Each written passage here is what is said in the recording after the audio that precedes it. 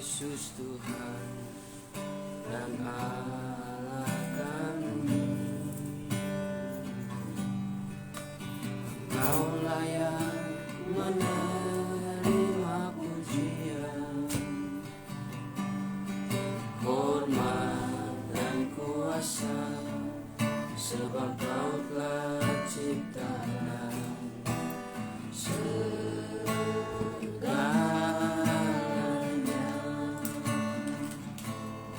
Oleh karena kehendak-Mu, semuanya itu telah ada dan diciptakan untuk kemuliaan-Mu. Terpujilah Tuhan, Hosana. Terpujilah Tuhan, terpujilah Tuhan Yesus. Hosana. Terpujilah Tuhan, terpujilah Tuhan Yesus. Sekali lagi kita angkat pujian. Yesus Tuhan dan Allah. Yesus Tuhan dan Allah kami. Kau layak menerima pujian, hormat dan kuasa, sebab Kau telah ciptakan segalanya.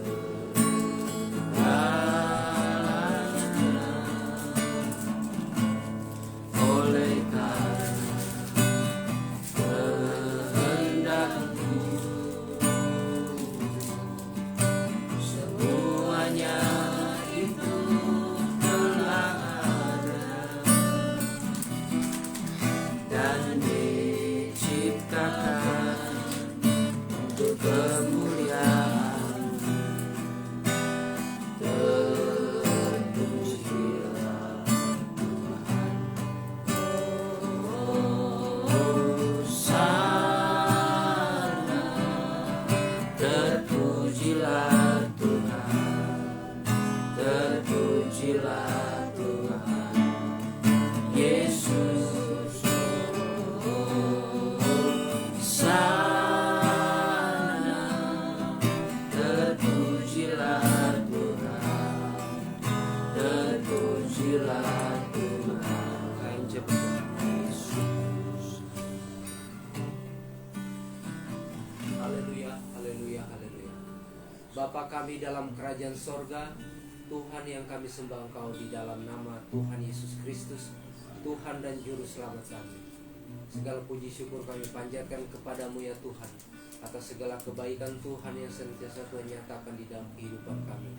Tuhan senantiasa menyertakan kehidupan kami hingga pada saat ini Tuhan kami boleh berhimpun di tempat ini untuk berbuat bakti kepadamu ya Tuhan, di mana kami tengah melakukan ibadah dan puasa. Terima kasih buat penyertaan Tuhan hingga Engkau telah himpunkan kami di tempat ini ya Tuhan, di mana kami rindu ya Tuhan berbuat bakti kepadamu, menyerahkan roh jiwa tubuh kami agar boleh menjadi korban yang hidup, kudus dan berkenan kepada Engkau. Tiba saatnya Tuhan, kami rindu Tuhan dipuaskan oleh Engkau melalui firman-Mu dan melalui roh-Mu. Oleh sebab itu Tuhan, pakailah hamba-Mu dengan heran ya Tuhan. Buat tubuhku sedia dengan hikmat dan pengetahuan daripada Engkau ya Tuhan, sehingga apa yang dia sampaikan pada saat ini Tuhan, itu berasal daripada Tuhan semata-mata ya Tuhan. Sehingga kami boleh dipuaskan, kami boleh dinasehati, kami boleh dihibur, kami boleh diajar, bahkan kami juga boleh ditemplak oleh firman-Mu dan roh-Mu ya Tuhan. Terpujilah nama-Mu. Sekali lagi kami serahkan hamba-Mu ke dalam tangan Tuhan. Begitu juga Tuhan, kami yang di tempat ini maupun mereka yang di rumah Tuhan, yang menyaksikan secara live streaming. Engkau berkati Tuhan hati kepikiran kami, telinga kami ya Tuhan, agar kami Tuhan boleh menyerahkan roh jiwa tubuh kami Tuhan, untuk dibentuk oleh Tuhan melalui firman dan roh-Mu. Terima kasih Tuhan. Namun saat kami rindu berbuat bakti kepada Engkau, kuasa kegelapan tidak tinggal diam, dengan berbagai-bagai cara mengganggu konsentrasi kami, mengganggu melalui frekuensi yang ada Tuhan, sehingga mengganggu persekutuan mereka yang di rumah dengan kami Tuhan. Segala bentuk permainan kuasa kegelapan, baik yang ada di sini maupun di rumah, di dalam hati kepikiran kami memanggil nama-Mu yang berkuasa. Dalam nama Tuhan Yesus Kristus, segala permainan kuasa gelap itu kami hancurkan. Darah Tuhan Yesus Kristus yang berkuasa di dinau dilawan diterai. Terima kasih ya Tuhan. Dalam berkat nama Tuhan Yesus Kristus kami sudah berdoa dan mengucap syukur. Haleluya. Amin. Amin. Baik, terima kasih ya, pada kesempatan ini mari kita mau sama-sama belajar akan kebenaran firman Tuhan.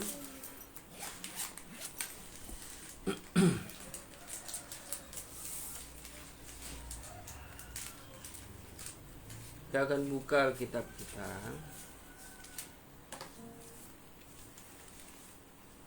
di dalam kitab Mazmur pasal yang ke-119.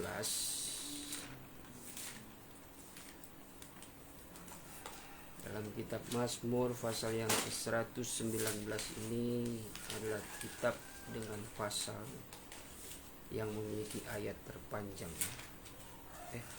19 sampai ayat 150 kalau tidak salah.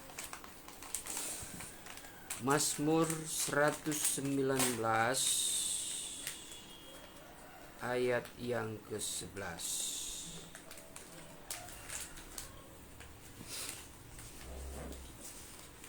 Demikian firman Tuhan.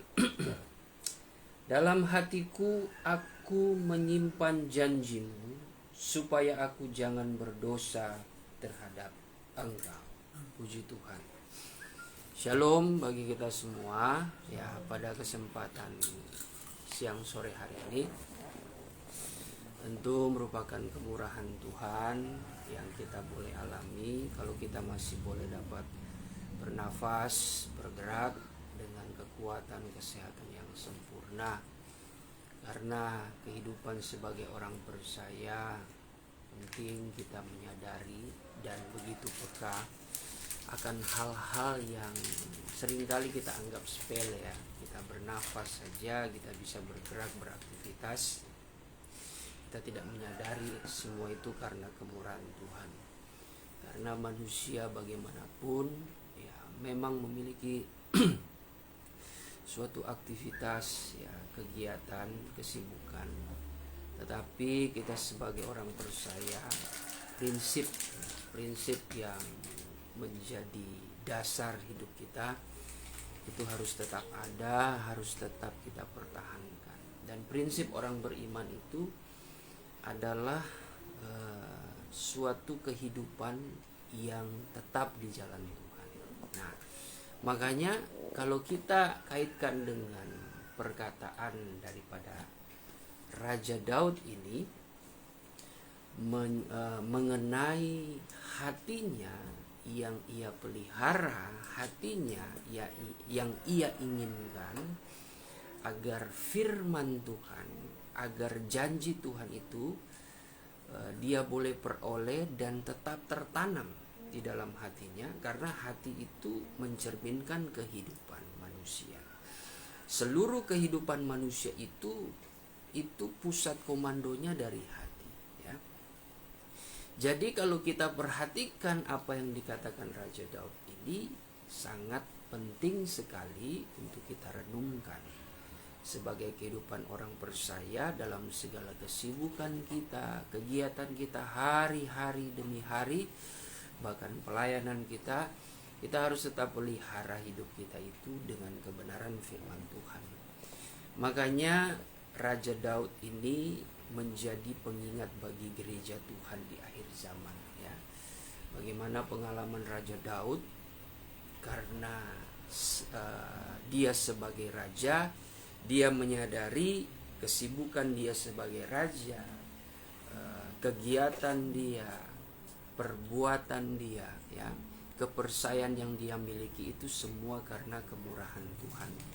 Makanya dalam kitab Mazmur 116 ayat yang ke-12, Daud bertanyakan. Daud mencoba berkonsultasi dengan jiwanya sendiri, dengan dirinya sendiri, bahwa dia bertanya-tanya, dengan apakah dapat kubalas segala kebaikan Tuhan, segala kebajikan Tuhan yang sudah terjadi di dalam kehidupannya, ya. Saya belajar di kelas di kelas konseling, ya. Ya, ternyata ada beberapa cara orang itu kalau untuk mengungkapkan masalah, memberikan solusi, menyelesaikan perkara persoalan apapun itu ada dia punya tahap-tahapnya. Cuma tahap yang paling mendalam, tahap yang paling baik itu berkonsultasi dengan diri kita sendiri, ya.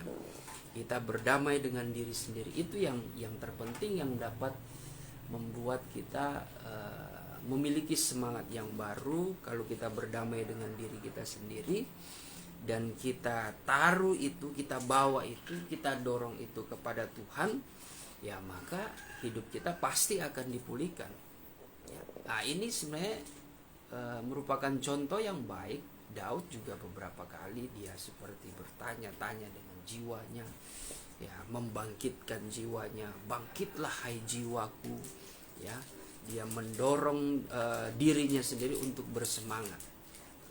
Tetapi saya percaya, kita semua percaya bahwa pemikiran seperti itu adalah pemikiran yang diingatkan oleh Tuhan kepada setiap orang, ya.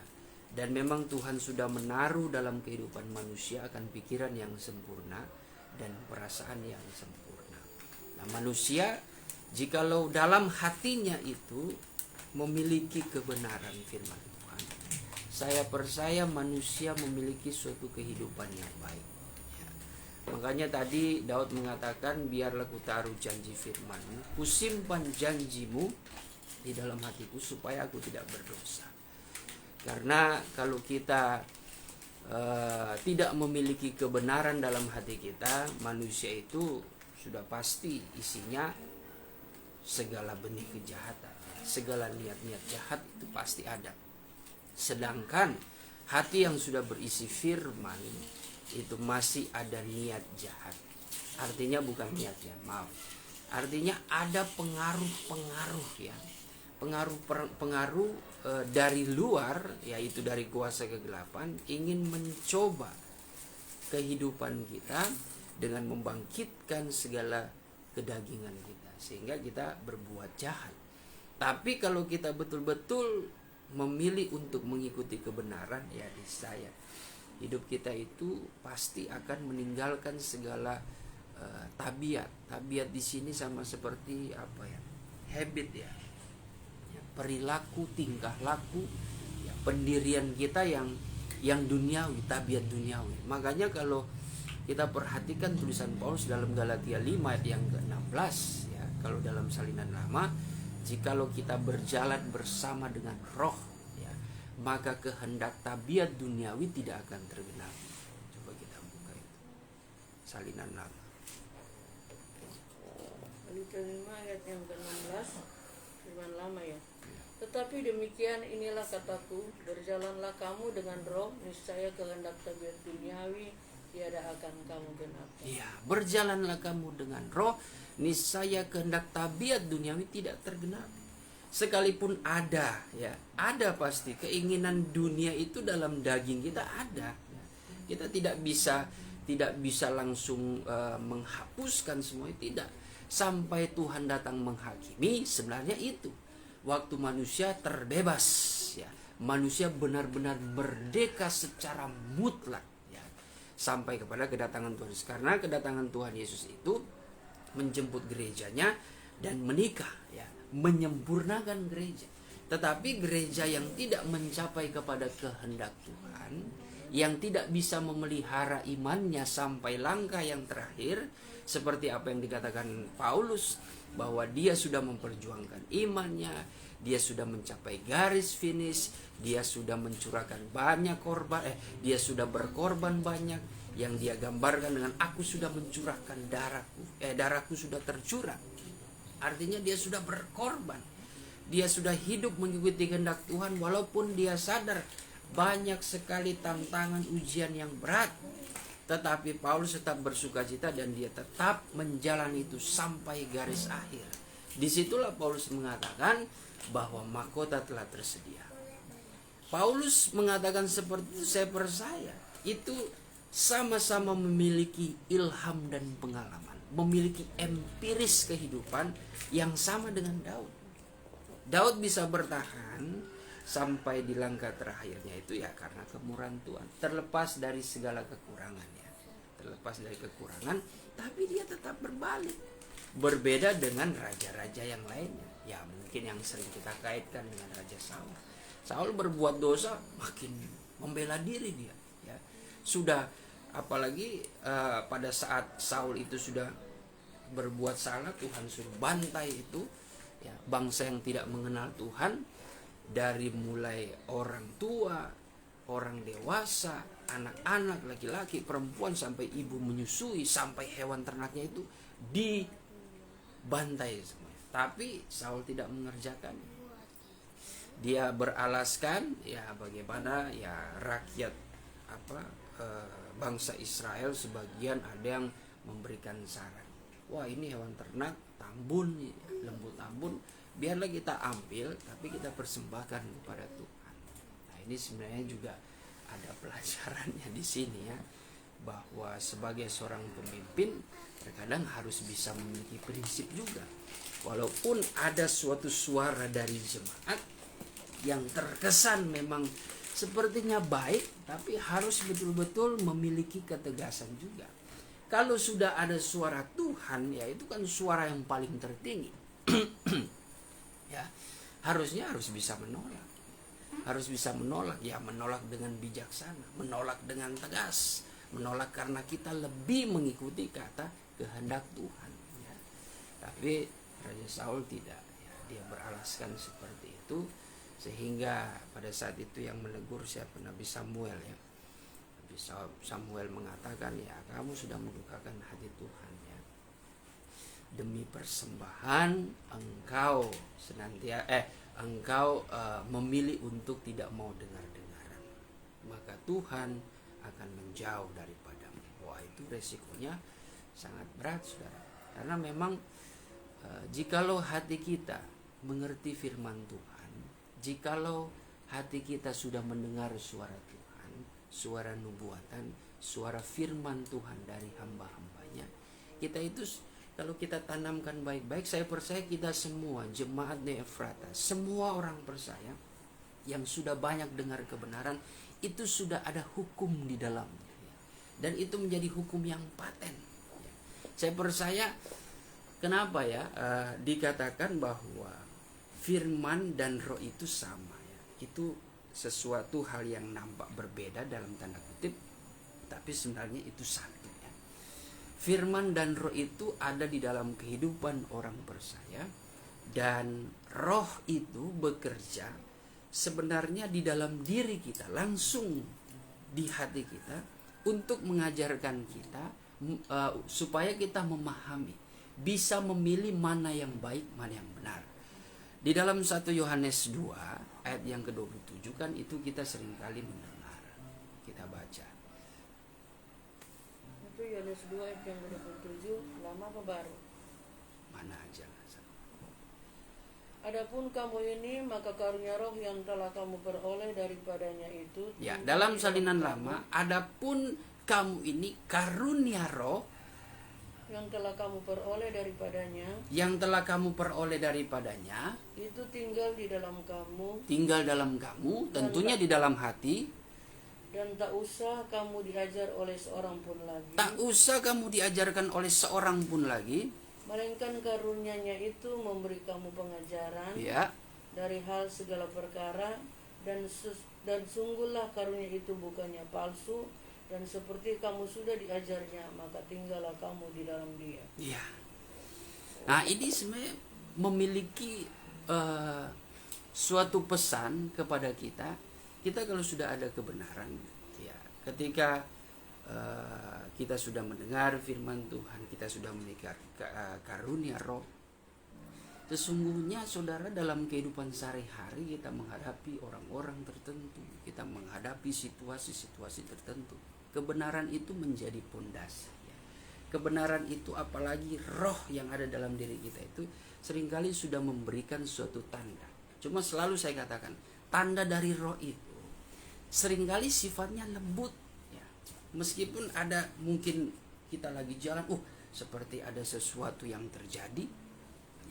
Mungkin firasat tidak ada apa-apa, tapi seperti ada sesuatu yang diingatkan, hati-hatilah atau bagaimana, atau kita mungkin diingatkan sedang berbicara dengan orang, tapi tiba-tiba ya seolah-olah roh Tuhan itu yang melindungi diri kita, membuat kita seperti melihat orang ini kok gelagatnya agak lain, atau dari pembicaranya sepertinya ini kok terkait dengan cara pembicaraan yang tidak baik, ingin mengarah ke hal-hal yang jahat.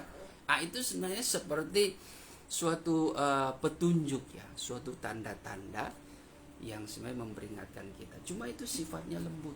Nah, orang yang biasanya sudah memiliki kebenaran, memiliki roh, tapi sering kali mengabaikan, itu suka nggak mempan, ya, suka tidak mempan itu. Seperti itu. Tapi orang yang dekat sekali dengan Tuhan, itu sangat peka sekali seperti itu. Saya ingat waktu almarhum ada.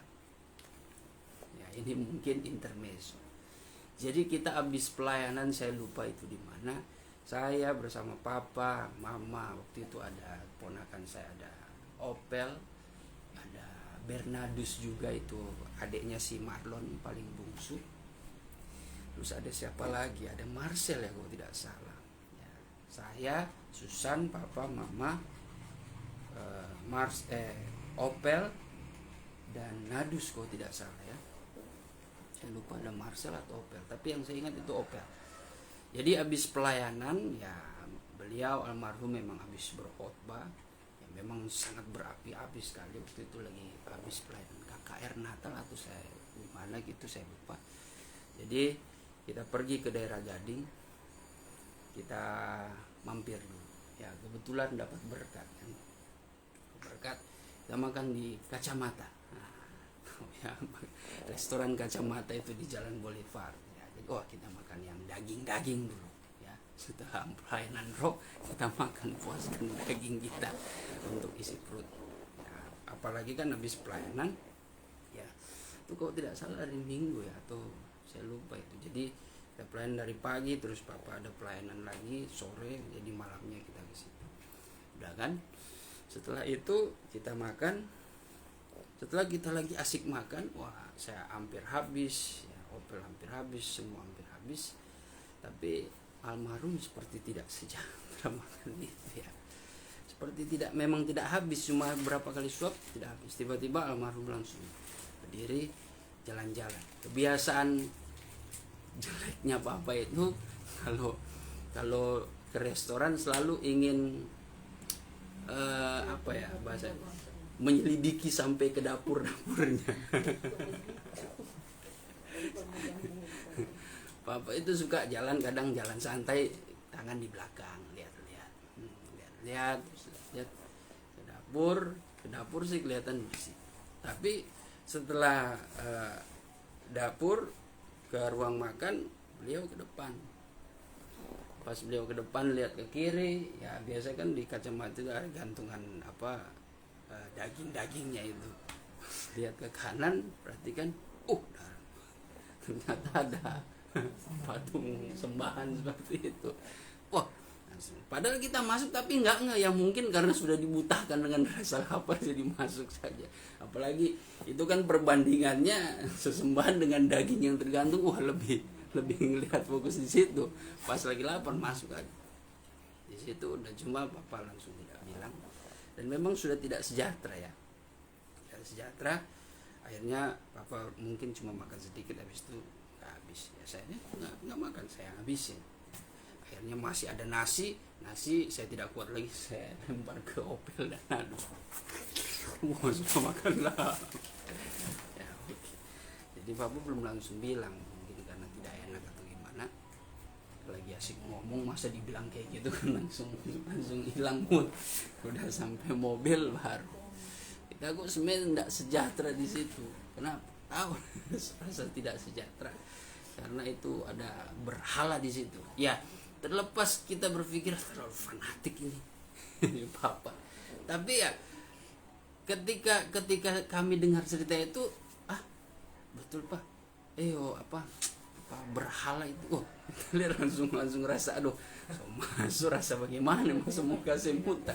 Ya sudahlah, coba bilang udah nggak apa-apa, yang penting kita sudah berdoa. Cuma Papa merasa karena mungkin habis biasa kan.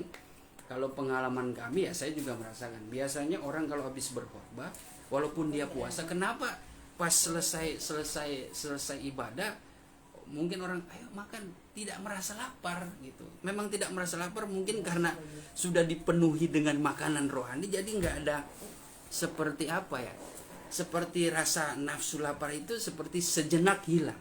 Ya makanya kan kita kalau puasa, kalau kita sungguh-sungguh menyembah Tuhan itu, kalau udah terasa lapar kita menyembah, menyerah, kita baca firman seperti dikuatkan kembali gitu, seperti dikenyangkan. Jadi nggak lapar, akhirnya kita bisa lanjut terus kan sampai selesai. Ya mungkin seperti itu ya secara psikologinya, karena Papa masih membara rohnya, jadi seperti tidak sejahtera makan seperti ini. Akhirnya Papa makan di rumah cuma makan pesan apa itu, cuma makanan biasa di pinggir jalan yang seperti itu.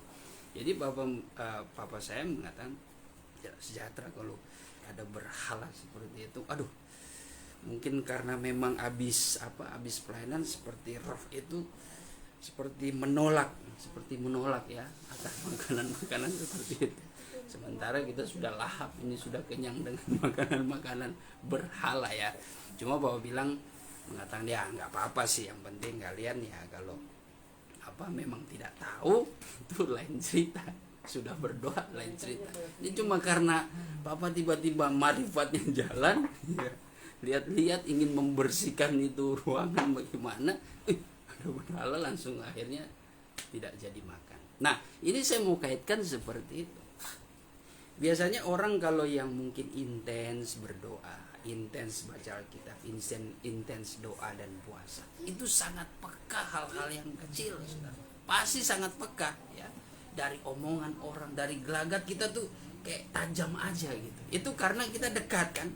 Roh itu betul-betul yang bekerja, betul-betul kayak seperti kekuatan natural kita ya. Yang kekuatan spiritual kita memang daripada Tuhan. Itu sangat peka sekali ya.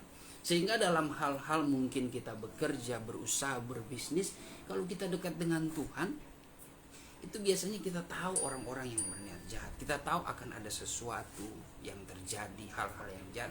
Itu bukan karena kita hebat ya, tapi karena roh dan firman, pengalaman-pengalaman dari kebenaran firman Tuhan itu, kisah-kisahnya itu kan banyak yang terjadi, aplikasinya kan banyak yang terjadi, dari mulai kejahatan Daud, kejahatan orang nabi-nabi, kejahatan bangsa-bangsa tertentu, itu kan sangat jelas. Apalagi kitab Amsal itu berbicara tentang kehidupan sehari-hari yang relate sekali. Nah itu kalau referensi kita itu firman Tuhan ada di hati, itu kita marifatnya luar biasa itu ya, pasti sangat luar biasa. Nah cuma kan balik lagi, marifat hikmat ada, kepekaan kita untuk mau tunduk, nah itu kan keputusan balik lagi ke hati kita mau ikut atau tidak. Nah saya percaya, kenapa saya juga berbicara, terkadang Tuhan berbicara bukan yang bisik-bisik ya, puji Tuhan saya mendengar suara Tuhan, Yonatan jangan, tidak seperti itu. Atau Roh Kudus berbicara ya dengan berbisik ya, tidak sampai berlebihan seperti itu, tapi seperti hati tidak sejahtera, langsung tiba-tiba teringat pikiran, firman Tuhan, kisah ini begini, jadi harusnya saya tidak lakukan. Tapi karena saya sudah terikat dengan hal-hal yang mungkin tidak berkenan di hadapan Tuhan, saya tetap kejar itu, saya tetap langgar itu. Nah itu kan yang seringkali menjadi kejatuhan manusia. sama seperti Adam dan Hawa. Sudah dikasih firman, sudah diingatkan, bahkan sudah ditegur bahwa hati-hati kalau kamu makan itu, jangankan kamu makan, kamu sentuh saja buah itu, kamu akan mati. Itu pun sudah diperkatakan kok oleh Hawa. Oh tidak, jangankan makan, menyentuhnya saja kami akan mati.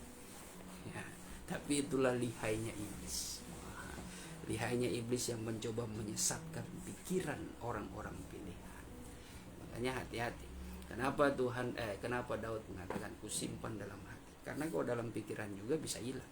Sebab pikiran ini ya, seringkali menjadi hal yang terlalu banyak terlalu banyak kebimbangan itu dari pikiran. Tapi kalau sudah hati yang berbicara, wah itu sangat kuat. Tapi kalau di pikiran seringkali ya tergoda ya. Pikiran ini banyak sekali keinginan, saudara. Makanya kalau kita ingat bagaimana perkataan Paulus dalam Roma 8 ayat yang ke-5 ya. Roma 8 ayat yang ke-5. Ayat yang ke-5, sebab mereka yang hidup menurut daging memikirkan hal-hal yang dari daging. Mereka yang hidup menurut roh memikirkan hal-hal yang dari roh. Terus Karena keinginan daging adalah maut, tetapi keinginan roh adalah hidup dan damai sejahtera. ya. Sebab keinginan daging adalah perseteruan terhadap Allah, karena ia tidak takluk kepada hukum Allah. Hal ini memang tidak mungkin baginya. Ya, jadi keinginan daging itu yang datang dari pikiran juga itu tidak pernah takluk dengan firman Tuhan, tidak pernah tunduk, artinya tidak pernah sejalan. Jadi dalam kehidupan manusia saya percaya sekalipun dia mungkin adalah pendeta besar, pasti ada hal-hal keinginan yang dia ikuti. Keinginan akan pikiran, kemauannya itu. Karena memang iblis seringkali itu menyerang pikiran kita. Makanya Paulus juga pernah bilang kepada jemaat Korintus yang penuh dengan atau limpah dengan karunia. Dalam 2 Korintus 11 itu ayat yang ketiga, walaupun Paulus mengatakan aku cemburu kepada kamu sebab kamu adalah orang-orang percaya yang digambarkan untuk siap dipertunangkan dengan Tuhan Yesus Kristus sebagai perawan yang suci kepada satu laki-laki, yaitu Tuhan Yesus Kristus. Tetapi aku takut jangan pikiranmu disesatkan. Coba kita baca. Sebab aku cemburu kepada kamu dengan cemburu ilahi. Ayat 3 aja langsung. Ayat 13, Ayat 3. Tetapi aku takut kalau pikiran kamu disesatkan dari Ya. kesetiaan kamu yang sejati kepada Kristus, sama seperti Hawa diperdayakan oleh ular itu dengan kelicikannya. Ya, jadi iblis itu menyerang pikiran. Ya. Iblis menyerang pikiran. Makanya kita harus hati-hati, saudara. Ya. Menaruh firman sama saja kita menaruh janji Tuhan. Firman itu janji Tuhan yang berbicara tentang kehidupan yang layak, kehidupan yang kekal, berkat yang besar, ya. Suatu kehidupan di dalam suatu kekekalan, bahagia selama-lamanya dan penuh damai sejahtera. Dan roh itu yang mengurapi kita, menjaga kita, saudara, penjaga kita yang sehingga kita tidak perlu diajarkan orang lain. Mungkin orang lain di sini maksudnya orang yang tidak mengenal Tuhan, ya. Jangan sampai kita mengikuti apa kata orang-orang duniawi. Kebijakan-kebijakan duniawi, aturan-aturan duniawi itu seringkali bertentangan, bahkan bertolak belakang dengan aturan atau hukum-hukum secara rohani, ya. Secara kehendak roh biasanya seperti itu, ya. Artinya orang lain itu ya mungkin maksudnya itu berbicara iblis atau berbicara ya diri kita yang menolak akan kehendak Allah. Nah, itu hati-hati. Bukan kita tidak perlu hamba Tuhan, ya. Terkadang kita juga memerlukan sahabat hamba Tuhan yang berkata-kata dengan firman Tuhan, supaya kita di situ ada saling mengingatkan, saling menasihati dan saling menegur.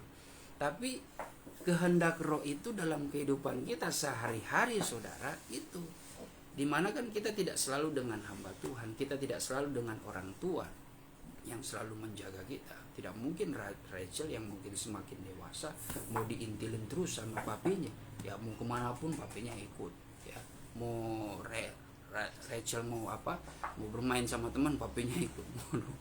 Repot juga kalau kayak begitu ya. Saya saja ya mungkin baru SMP saya tidak mau diantarin papa ya. Yang kan SMP, SD saja saya sudah marah-marah. Ya, walaupun terlepas dari ingin sendiri saja ya, karena ya terlalu banyak aturannya, terlalu banyak nasihat dan sebagainya. Jadi saya merasa bisa menjaga diri ya dan sebagainya. Dan itulah kehidupan kita. Sebenarnya roh itu menyertai dalam diri kita. Hanya sifatnya itu tidak secara fisik, tapi di dalam hati. Ya.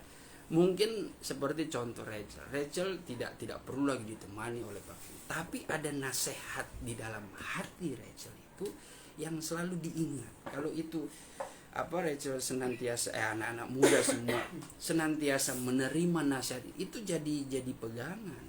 Itu menjadi pondasi yang selalu sampai kapanpun, sampai hari tua mungkin kita masih mengingat kata-kata orang tua kita, nasihat dan didikan orang tua kita. Itu nasihat itu sebenarnya bentuk perhatian secara khusus, bentuk perhatian yang sangat istimewa, sebagaimana kerinduan orang tua, kerinduan seorang bapak kepada anaknya untuk bisa menjaga dan menyertai hidupnya selama-lamanya. Nah, itulah seperti bapak kepada kita, anak-anaknya. Nasihat didikan itu penting karena ada kalanya kita hidup mandiri ya. Hidup mandiri, tetapi Bapa di sorga itu sudah menaruh firman itu ya. Jadi dalam kemandirian kita beraktivitas, kita melayani, kita selalu ingat akan firman Tuhan. Nah, itu yang seringkali menjadi petunjuk, menjadi tanda bagi kita dalam segala perkara, dalam segala aspek kehidupan kita, pekerjaan, pelayanan, sampai dalam hal mungkin kita cari jodoh, berpacaran, itu sebenarnya ada tanda-tanda dari firman Tuhan yang kita sudah lihat. Ya, Tuhan sudah berbicara, tapi mungkin dalam hal seperti misalkan hamba Tuhan Lucy berpacaran ya, sudah tahu pacarnya mungkin ini sudah niat-niat jahat, tapi karena sudah saking cintanya sudah buta itu. Sehingga kehendak roh yang enggak lah, saya mencintai dia, saya bisa kok menerima dia apa adanya. Tapi akhirnya ya udah, Tuhan itu tidak terlalu maksa, tapi Tuhan bertanggung jawab. Tuhan monitoring terus sampai Lucy jatuh, menyesal. Nah, akhirnya Tuhan juga yang sini. Sudah aku bilang kan, jangan belok kiri, tapi ngana belok kiri. Biasanya begitu. Contohnya seperti itu. Kehidupan kita juga seperti itu. Hamba-hamba Tuhan yang mungkin menyimpang ya, kita sudah dengarlah tragedi-tragedi ya, berita-berita yang menyimpang. Ya, mungkin mereka memang ada firman ya. Mereka sudah penuh dengan firman, penuh dengan roh.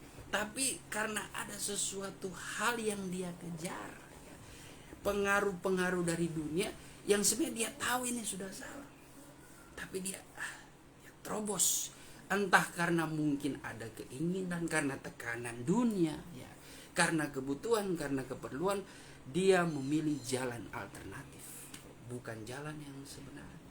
Jalan sebenarnya walaupun nampak macet ya, nampak terlalu pelan ya, tapi jalannya betul. Jangan kita ambil sepertinya ini tidak macet, nggak taunya di ujungnya justru membuat kita semakin jauh. Kadang kan dalam realita juga seperti itu. Kita kalau jalan, ini macet ini, walaupun kita tahu ini jalan terdekat tapi macet, tapi karena kita tidak sabaran, kita ketemu ini ada jalan alternatif. Setelah kita ikut di bawah makin jauh, ternyata macet, ada imbas. Kita makin jauh lagi, ketemu di ujung makin parah lagi. Biasa kan suka zong yang kayak begitu ya, istilahnya lebih macet, lebih parah lagi. Saya ingat itu waktu perjalanan ke Koya, KKR, ada kemacetan, kita tidak sabaran ya, memang karena kita sudah buru-buru sekali. Kita ambil alternatif itu, lebih macet lagi, lebih macet, dan karena itu hujan, lebih parah. Akhirnya kalau tidak salah itu ada 2 mobil, yang satu dia tetap terus, akhirnya mereka dulu sampai. Kita berpikir kita ambil alternatif ya, kita lebih dulu sampai, ternyata mereka lebih dulu sampai. Itu karena ketidaksabarannya, ketidaksabaran kita ya untuk tetap berpegang kepada hal-hal yang benar. Nah, dalam kehidupan rohani kita seperti itu. Tuhan menginginkan hidup kita ini penuh dengan firman. Simpanlah janji Tuhan itu tidak akan pernah berubah. Ya, seperti dalam Ibrani 13 ayat yang ke berapa itu ya. Tuhan Yesus itu tidak pernah berubah. Ibrani 13 ayat yang ke-9. Ibrani 13 ayat yang ke-8. Ayat 8 maksud saya. Yesus Kristus tetap sama baik kemarin maupun hari ini dan sampai selama-lamanya. Tuhan Yesus itu tetap sama ya. Janji Tuhan itu tidak akan berubah, saudara. Yang membuat nampaknya berubah kita ini ya. Kita ini yang suka ambil jalan sendiri ya. Jadi Tuhan tidak pernah berubah. Dahulu, sekarang, sampai selama-lamanya. Jadi percayalah ya. Walaupun jalan itu nampak sulit ya, jalan itu nampak sempit, tapi ya kalau kita percaya Tuhan berjanji akan menyertai ya, kita pasti akan menyertai. Ya hari-hari ini ya kita banyak melihat manusia percaya itu banyak yang gugur daripada iman. Nah ini sangat disayangkan. Tapi saya percaya selama kita masih hidup ya, kejatuhan kita bisa belajar dari kisah Alkitab. Daud pun di masa-masa dia tersesat ya, dia tersesat jauh itu ya, dia jatuh dengan konsep-konsep yang waduh ya, rencana-rencana yang betul-betul dia sudah atur sebaik-baik itu jahat sekali ya. Ya yang soal apa pembunuhan siapa Uria, wah, itu memang itu memang licik sekali ya. Itu dia pertahankan karena ada sesuatu yang dia inginkan, dan dia inginkan itu dosa ya, itu harus waspada ya, waspada. Dan itu sebenarnya sudah banyak terjadi ya, di kasus-kasus sekarang ini, di mana mereka lebih memilih terobos batasan-batasan firman Tuhan dalam hidup mereka demi mencari kemerdekaan ya. Makanya saya ingatkan kemarin ya, itu sebenarnya kalimat yang saya ambil itu dari siapa, seorang yang tokoh agama dari Islam tapi dia tidak fanatik ya, Gus Nur. Itu luar biasa, dia punya kata-kata itu, batasan-batasan itu betul juga ya. Sebenarnya sudah setiap hari kita dengar, cuma konsep cara mereka menerjemahkannya itu lain aja, sepertinya lebih sederhana kan. Kalau biasa kan seperti kami, seperti saya yang masih kurang referensi kata-kata, jadi kadang sulit untuk dicerna ya.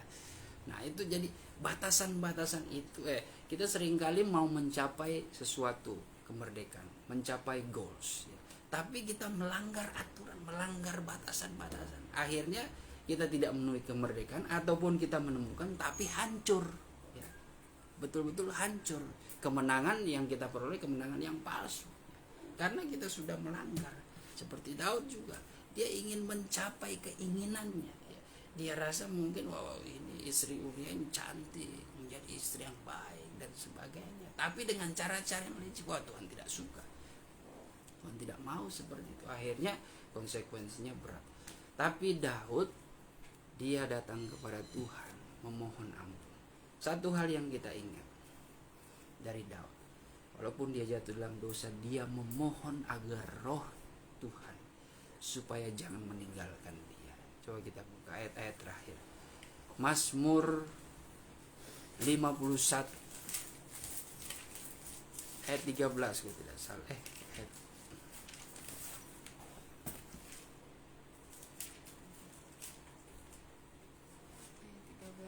Janganlah membuang ya. dari ayat 12. Ayat 12. Janganlah membuang aku dari hadapanmu, dan janganlah mengambil rohmu yang kudus daripadaku. Iya. Janganlah engkau membuang aku dari hadapanmu. Dia takut, dia sadar, saudara. Tanpa Tuhan dia tidak bisa hidup. Tanpa Tuhan dia tidak mungkin jadi seorang raja. Dia sadar, itu luar biasa Daud. Nah, kita juga yang sudah jatuh, sudah jauh daripada Tuhan, ya sudah. Kita harus punya kerendahan hati untuk berbalik. Itu kan banyak ayat-ayat di Yesaya, di Yoel. Kalau kita berbalik, Tuhan akan memulihkan keadaan kita. Seperti Daud, yang terpenting jangan sampai engkau mengambil roh. Karena roh firman itu yang menjadi suatu kekuatan yang menjadi petunjuk kita ketika kita menghadapi malapetaka, ketika kita menghadapi godaan-godaan, ketika kita menghadapi orang-orang jahat. Cuma roh dan firman, ya. Jangan membuang, tapi ya tetap meminta ampun. Meminta ampun itu di ayat yang ke 17 coba. 18 atau Ya, sebab engkau tidak berkenan Ya. korban sembelihan, sekiranya ku persembahkan korban bakaran, engkau tidak menyukainya.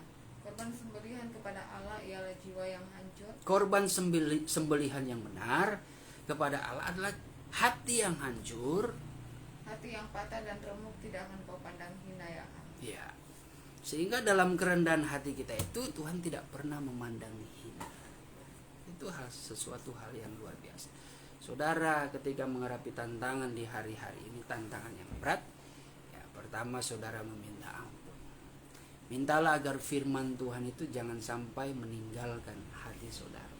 Roh jangan meninggalkan hati saudara. Cuma itu yang menguatkan saudara di masa-masa kehancuran oleh karena ulah kesalahan saudara. Ya. Mungkin seperti itu. Ya. Tidak perlu engkau memberikan persembahan. Ya, saya bukan mungkin persembahan materi. Engkau rajin memberikan persembahan, tapi engkau tidak ada penyesalan. Ya. Tidak ada rasa kerendahan hati di mata Tuhan. Ya. Tapi kalau engkau pertama-tama engkau merendahkan hati, minta ampun, bereskan hidupmu dengan Tuhan, ya, saya percaya niscaya hikmat Allah itu yang membuat engkau bersukacita, membuat engkau sejahtera untuk memberikan persembahan yang terbaik. Ya. Yang penting dari hati dulu kan, ya, walaupun mau besar kecil, tapi dari hati engkau connect dengan Tuhan, itu semua persembahan yang terbaik. Ya. Bukan terbalik ya, bukan materi dulu baru Tuhan. Begitu juga kehidupan kita dalam pelayanan, dalam usaha, dalam relasi kita dengan orang-orang yang kita cintai. Saya percaya mungkin selama ini ya kita sudah jauh daripada Tuhan. Tapi Tuhan senantiasa dekat, Tuhan sudah peringatkan, Tuhan sudah kasih petunjuk, tapi kita tetap terobos saja. Ya. Kita sudah mungkin jauh daripada Tuhan, Tuhan pun masih mengingatkan, kau sudah terlalu jauh. Tapi karena kita masih ingin kejar, kita terobos terus. Itu kasih setia Tuhan yang luar biasa. Ya. Bangsa Israel dalam perjalanannya, sudah harusnya 40 hari ditempuh sampai kepada tanah perjanjian, akhirnya terputar-putar menjadi 40 tahun lamanya. Ya. Itu pun sudah ada firman Tuhan, mereka masih saja terobos. Masih saja ada pengeluhan. Ya. Makanya 4 dosa besar, mulai bersungut-sungut, dari bersungut-sungut mulai mencobai Tuhan, ya. Ya itu kalau dari pertama kan dosa besar, penyembahan berhala, perzinahan, mencobai Tuhan dan bersungut-sungut, itu yang paling kecil. Ya itu memang yang paling besar ya kategorinya seperti itu. Tapi biasanya terjadi mulai dari hal-hal yang kecil, dari mulai persungutan. Nah, kita kalau bersungut sudah itu. Karena sudah ada persungutan, perbantahan, kita mulai coba-coba lah. Ya. Sudah tahu salah, ya, karena ada sesuatu yang kita inginkan tidak tercapai, bersungut Tuhan begini dan begini. Akhirnya mulai cari, coba-coba jalan alternatif. Ya. Masuklah kepada dosa yang mencobai Tuhan. Ketika sudah mencobai Tuhan, masuk kepada perzinahan. Artinya perzinahan secara rohani di sini ya. Berbicara kita sudah bermain hati dengan Tuhan ya. Bahaya itu kalau main hati. Dalam realita juga bermain hati dengan kekasih kita juga tidak mengenakan ya. Sangat tidak enak. Apalagi bermain hati dengan Tuhan.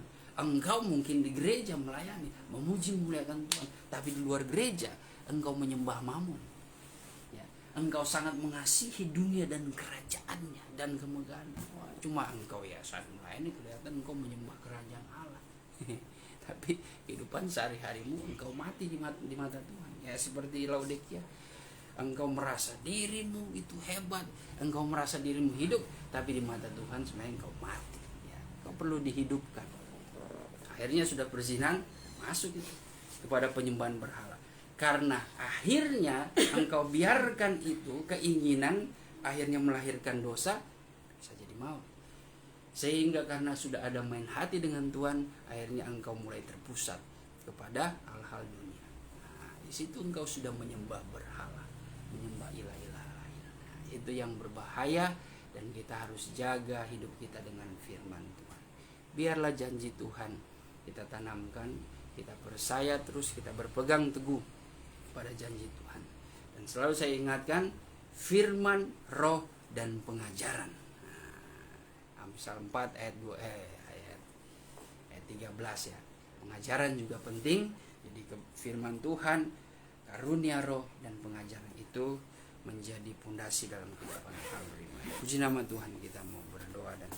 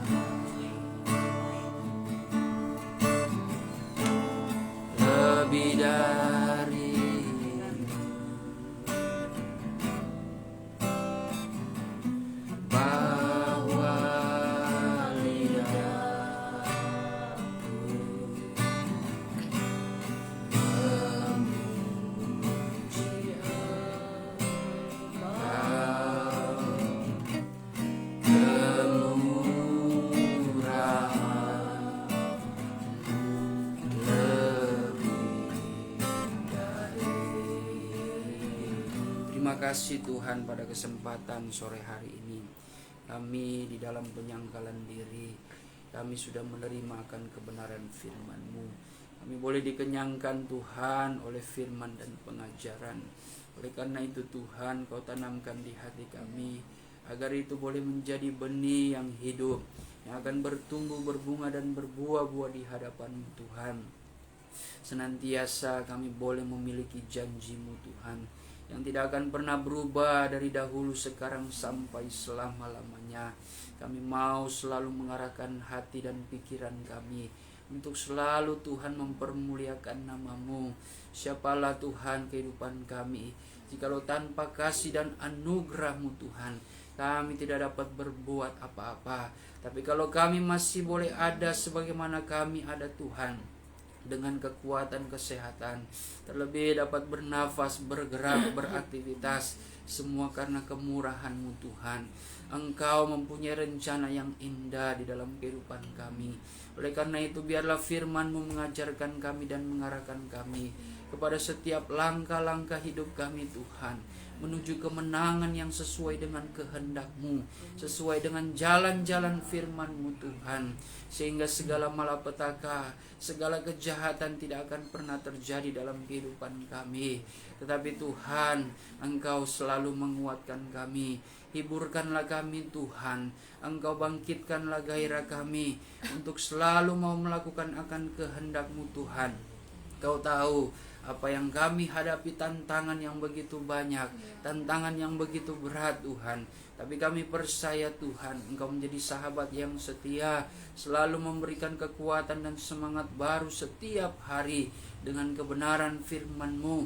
Bahkan berkat-berkat jasmani terlebih rohani, Engkau senantiasa limpahkan, Engkau senantiasa cukupi dalam kehidupan kami.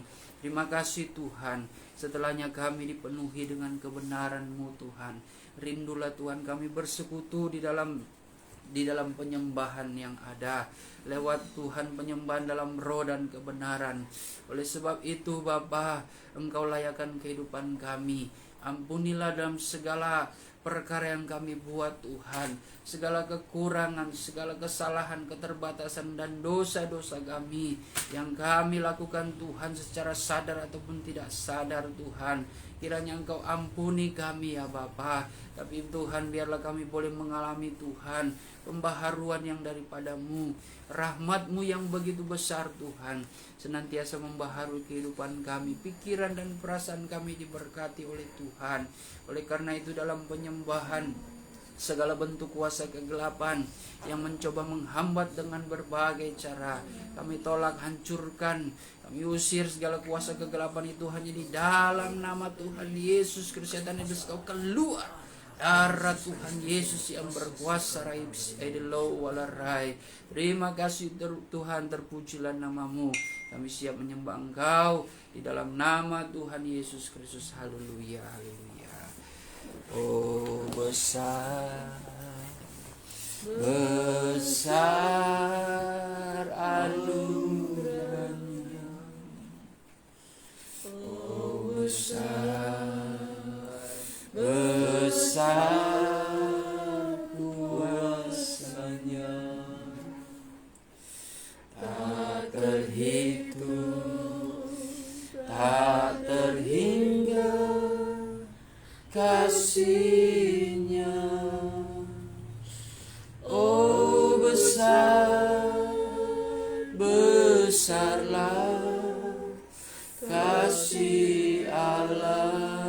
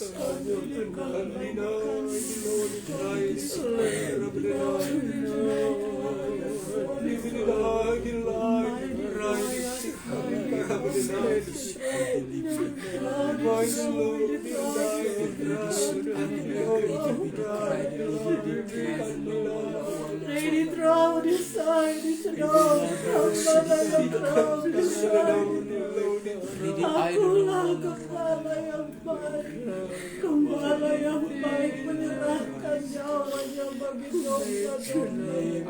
Ini si hambaku dan anak-anakku. Saat ini aku datang turun dari tahtaku yang maha tinggi, karena kamu yang sudah menarik aku.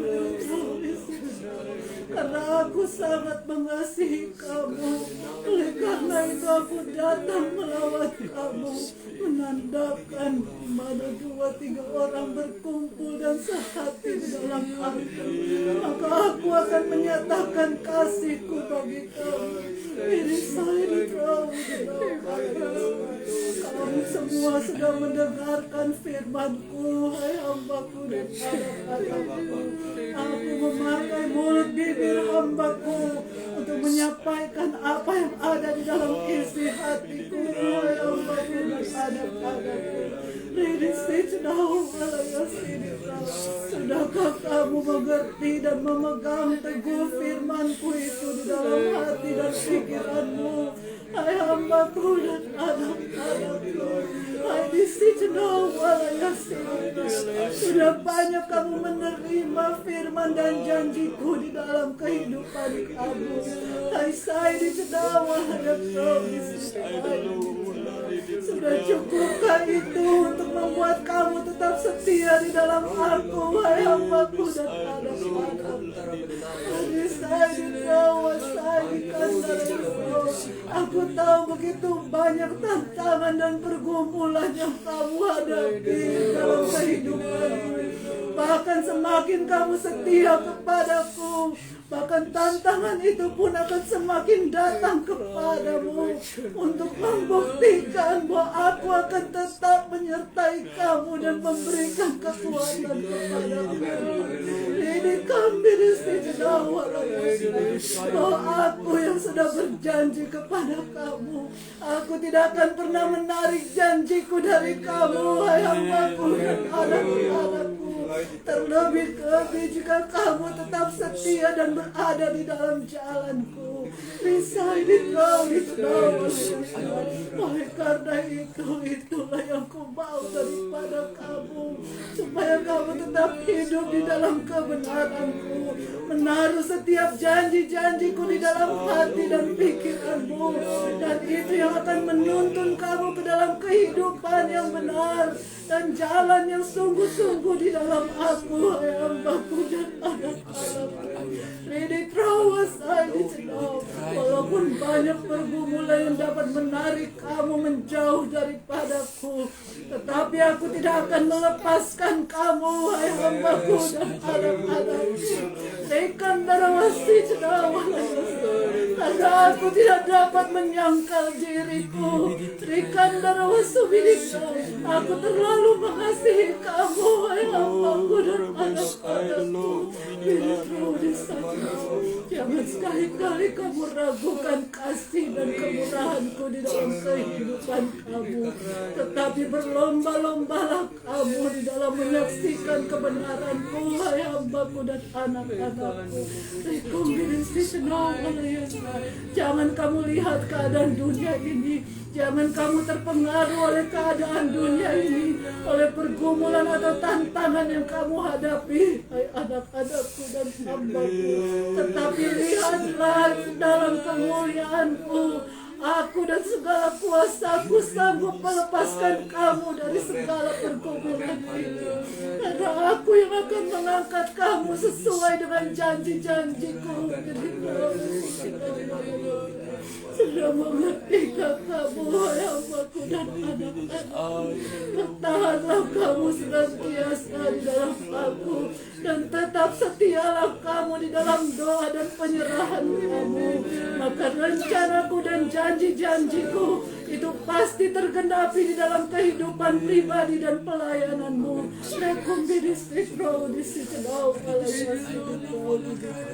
Berbahagialah kamu, hambaku dan anak-anakku, karena kamu sudah mendengarkan suaraku. Terima kasih Tuhan, saat ini kami boleh merasakan dan diberkati dengan berkat anugerah lewat firman pengajaran, bahkan suara Roh-Mu Tuhan. Kau berkati kami semua di dalam segala perkara yang kami hadapi, di dalam menjalani hidup Tuhan, untuk mempertahankan iman. Tidaklah mudah Tuhan, tapi yang terpenting bagaimana kami tetap bertahan dan selalu mencari akan kebenaran firman-Mu Tuhan, selalu mengambil langkah keputusan untuk mengikuti apa yang menjadi kehendak-Mu dalam kehidupan kami, agar kami boleh mencapai Tuhan keberhasilan di hidup kami boleh mencapai kemenangan Tuhan di dalam Engkau. Itulah yang menjadi kerinduan kami. Terima kasih Bapa, berkatilah kami semua di tempat ini maupun anak-anak-Mu, hamba-hamba-Mu yang menyaksikan secara live streaming. Engkau memberkati juga, jamalah Tuhan setiap jemaat-Mu, simpatisan yang ada, yang mungkin sedang dalam atau mengalami Tuhan sakit penyakit Tuhan yang dialami mereka. Engkau memberikan kekuatan pemulihan yang daripada-Mu Tuhan. Engkau memberikan kekuatan kesehatan tubuh jasmani, terlebih tubuh rohani Tuhan, agar mereka boleh mempermuliakan nama-Mu. Diberkati Tuhan juga ya Bapa, apa yang dialami Chandra dan Sydney, tetap memberkati mereka, memberikan pemulihan, memberikan kesehatan, bahkan segala sesuatu yang diperlukan selama perawatan sini juga Engkau tetap Tuhan menyediakan, mencukupinya Tuhan. Yang terutama biarlah hati mereka tetap memuliakan nama-Mu, mengandalkan dan berharap sepenuhnya kepada Engkau yang mempunyai kehidupan mereka Tuhan. Terima kasih Bapa, diberkati juga Tuhan Kak Ences keluarga bersama dengan Kak Joan dan Rachel. Diberkati keluarga ini Tuhan dalam segala hal pergumulan mereka. Kau menjadi sumber jawaban yang pasti Tuhan, dapat membuka jalan Tuhan, dan setiap pencobaan yang diperhadapkan oleh mereka tentu semua tidak akan melebihi kekuatan mereka, karena Engkau Allah menyertai mereka Tuhan. Kiranya Engkau senantiasa Tuhan menuntun hidup mereka kepada kemenangan yang sejati yang daripada-Mu. Terima kasih Bapa, diberkati juga Om Heri Tuhan di masa-masa dia Tuhan menjalani kemo yang ada. Berikan kekuatan fisik baginya Tuhan, walaupun usianya yang sudah lanjut Tuhan, kami percaya mujizat Allah dapat memberikan kekuatan sempurna, dapat memberikan suatu keyakinan, membangkitkan imannya bahwa mujizat itu masih ada sampai saat ini. Kau dapat memberikan kesembuhan dengan hal-hal ajaib yang semua datang daripada-Mu Tuhan. Oleh sebab itu segala usaha upaya yang dilakukan Om Heri untuk Tuhan dapat melawan segala sakit penyakit Tuhan, Engkau Tuhan senantiasa menyertai segala sakit penyakit apapun yang bersarang pada tubuhnya. Kami hancurkan dalam nama Tuhan Yesus Kristus, darah Tuhan Yesus yang berkuasa. Rebis aidelo walarai. Terima kasih Tuhan. Setiap obat kemo, makanan minuman yang dikonsumsi juga Engkau kuduskan terlebih dahulu agar menjadi berkat kekuatan kesehatan bagi Pak Heri, sehingga Pak Heri juga boleh Tuhan kembali datang berjumpa dengan kami dengan kekuatan yang daripada Tuhan, untuk kami sama-sama beribadah kepada Engkau. Diberkati juga keluarga Pak Heri Tuhan, Engkau jaga lindungi mereka dalam segala aktivitas, Engkau berkati. Begitu juga Pak Jaya Tuhan, Engkau berkati dia di dalam pergumulannya Tuhan, menghadapi segala sakit penyakit. Engkau bangkitkan imannya Tuhan, segala apa yang dibutuhkan Tuhan dalam masa perawatannya, Engkau menyediakan segala sesuatunya Tuhan. Engkau mengasihi dia Tuhan sebagai anak-Mu. Engkau sedang membentuk kehidupannya Tuhan untuk menjadi pribadi yang sesuai dengan kehendak Tuhan. Oleh karena itu Tuhan, Kau dapat Tuhan membersihkan kehidupannya. Jikalau melalui ujian ini Engkau izinkan, Kau mampu memberikan kekuatan sampai dia boleh mengalami berkat karya mujizat yang daripada-Mu Tuhan. Di dalam nama Yesus kami percaya Kau senantiasa menyertai dia, memberikan hikmat, memampukan dia menghadapi segala Tuhan pergumulan masalah yang terjadi baik dalam usahanya maupun secara pribadi dan kaum keluarganya. Diberkati Tuhan dengan kasih karunia yang daripada-Mu. Terima kasih Bapa di sorga, terpujilah nama-Mu Tuhan. Kami doakan Tuhan semua untuk seluruh jemaat Tuhan dalam segala pergumulan mereka, di tengah-tengah pekerjaan aktivitas mereka, kaum keluarga masing-masing Tuhan, apapun yang mereka hadapi Tuhan, sakit penyakit Tuhan, kebutuhan ekonomi yang ada Tuhan, Engkau punya banyak cara untuk membuka jalan, untuk mencukupi dan memberkati, terutama damai sejahtera Allah Engkau curahkan dalam hidup mereka, semangat yang selalu baru untuk menjalani hari demi hari Tuhan, dengan kekuatan roh dan firman, senantiasa memberikan mereka suatu kebebasan dari segala kekhawatiran, dari segala kekecewaan, keputusasaan, kelemahan Tuhan. Tetapi Engkau memberikan kemerdekaan Tuhan, karena janji firman-Mu tidak pernah berubah dari dahulu sampai selama-lamanya. Terima kasih Tuhan. Kami akan sudahi ibadah kami pada saat hari ini, sekaligus kami menyudahi bagi kami yang menyangkal diri. Engkau perhitungkan Tuhan semua apa yang kami lakukan, dan kami percaya semuanya tidak menjadi sia-sia. Di dalam nama Tuhan Yesus Kristus kami sudah berdoa dan mengucap syukur. Haleluya. Saudara dan saudariku yang dikasihi Tuhan, terimalah berkat damai sejahtera yang dianugerahkan Allah Bapa di sorga oleh cinta dan kasih sayang anaknya yang tunggal, yaitu Tuhan Yesus Kristus, di dalam persekutuan Allah Roh Kudus menyertai dan memberkati kita mulai hari ini sampai Tuhan Yesus datang kembali menjemput gerejanya di atas awan-awan di dalam kemuliaan yang kekal sebagai Raja di atas segala raja. Haleluya, haleluya, haleluya. Terima kasih Yesus buat anugerah yang Kau beri, sebab hari ini Tuhan adakan syukur bagimu. Amin. Ya. Ada penglihatan? Ada? Hah? Ada?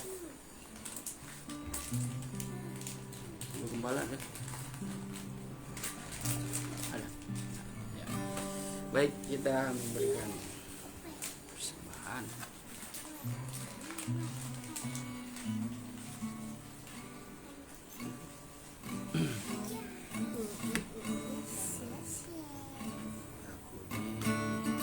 Berkati sepanjang hidupku diberkati,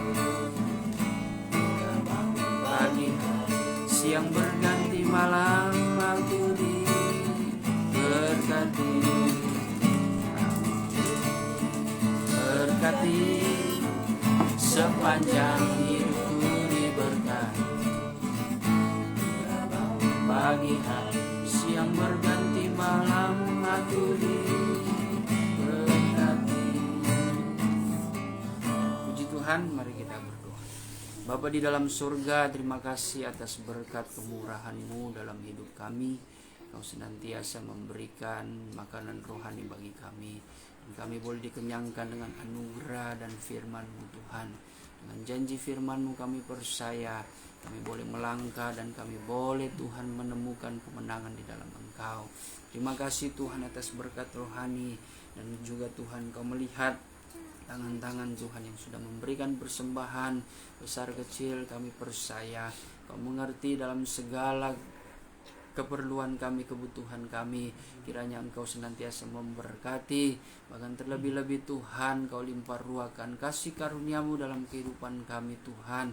Apa yang menjadi pergumulan hidup kami, Engkau senantiasa membuka jalan. Terima kasih Bapa, sebentar juga kami akan menutup puasa dengan berkat-berkat jasmani yang ada Tuhan. Engkau terlebih dahulu menguduskan di atas makanan dan minuman yang akan kami Tuhan nikmati dengan kebenaran firman-Mu, agar di dalamnya memberikan manfaat bagi tubuh jasmani kami Tuhan. Tangan-tangan yang sudah menyediakan, yang Kau membalas berkat baru, asal-usul berkat yang ada diberkati Tuhan. Sidang jemaat-Mu Tuhan maupun simpatisan yang senantiasa mendukung pelayanan meja juga Engkau perhitungkan dan membalas berkat baru. Terima kasih Tuhan Yesus, kami sudah berdoa dan mengucap syukur di dalam nama Tuhan Yesus Kristus. Haleluya. Amin. Puji Tuhan. Shalom bagi kita semua. Tuhan memberkati. Salam buat keluarga yang ada di rumah.